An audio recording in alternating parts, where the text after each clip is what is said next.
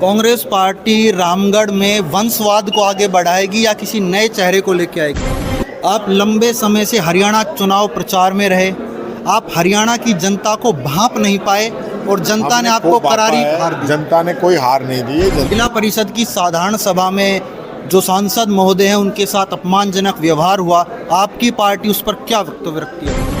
भाजपा को हो गया, सरकार को तो हुआ नहीं। सरकार तो कहीं ऐसा लगता है नहीं सरकार है, और इनमें तो वोट पहले से अब ज़्यादा है। पहले तो 2 थे, अब 3 है। रामगढ़ उपचुनाव को लेकर दोनों पार्टियां कमर कस रही है। भाजपा हो चाहे कांग्रेस हो, निरंतर आमजन और कार्यकर्ताओं से संपर्क कर रहे हैं। रामगढ़ उपचुनाव को लेकर क्या पार्टी की रणनीति रहेगी? रणनीति हमारी यही है कि हमारे जो काम हैं, हमारी पिछली सरकार की जो योजनाएं थी और जुबेर जी ने जो इस इलाके के लिए पिछले 40 सालों में किया है, उन सभी बातों को लेकर जनता के बीच में जाएंगे, जनता से अपील करेंगे।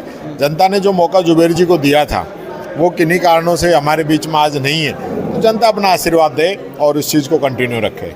कांग्रेस पार्टी रामगढ़ में वंशवाद को आगे बढ़ाएगी या किसी नए चेहरे को लेकर आएगी? वंशवाद क्या होता है? वंशवाद क्या है? जो भी पार्टी में टिकट मांग रहे हैं उनमें से पार्टी को तय करना है।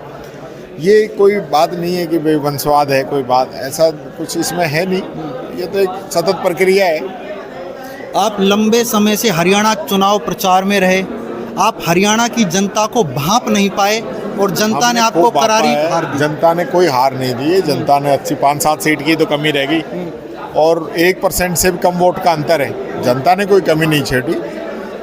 कुछ कमियां हैं, कुछ प्लानिंग थी जो बीजेपी ने अलग टाइप से की है, उनको हम देख रहे हैं सभी चीज़ों को, क्योंकि बैलेट में हम जीते हैं और मशीन में हम नहीं जीते। इस चीज़ को भी हम देख रहे हैं। जिला परिषद की साधारण सभा में जो सांसद महोदय हैं उनके साथ अपमानजनक व्यवहार हुआ, आपकी पार्टी उस पर क्या वक्तव्य रखती है? देखिए, मैं समझता हूँ ये बहुत ही ओछी हरकत बीजेपी के विधायक की है, ओछी मानसिकता है।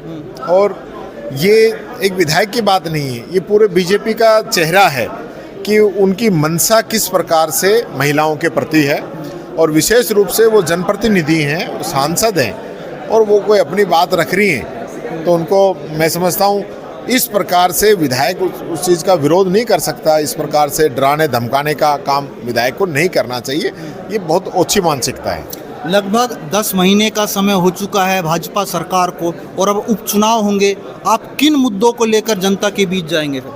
भाजपा को हो गया, सरकार को तो हुआ नहीं। सरकार तो कहीं ऐसा लगता है नहीं सरकार है। न बिजली है, न पानी है, न सड़क है, न पेंशन है, न स्कॉलरशिप है, न बेरोजगारी भत्ता है। तो सरकार किस चीज़ की है? हॉस्पिटल में जाओ तो दवाई नहीं, आप पावर हाउस में जाओ तो ट्रांसफार्मर नहीं, काम के लिए ऑफिसों में जाओ तो बजट नहीं। तो फिर किस प्रकार की सरकार है? तो जीरो है, तो सरकार है ही नहीं। पिछली बार के चुनाव में रामगढ़ भाजपा में आपसी फूट थी, जिसका सीधा फायदा भाजपा को मिला। अब हो सकता है वो स्थितियां नहीं रहें, तो आपकी क्या रणनीति रहेगी? नहीं, हम तो अपने दम पे जीतेंगे, जनता के आशीर्वाद से जीतेंगे, और इनमें तो वोट पहले से अब ज़्यादा है। पहले तो 2 थे, अब 3 है। ये थे हमारे साथ राजस्थान विधानसभा नेता प्रतिपक्ष टीकाराम जूली, संदीप यादव, वॉइस ऑफ प्रतिज्ञा, अलवर।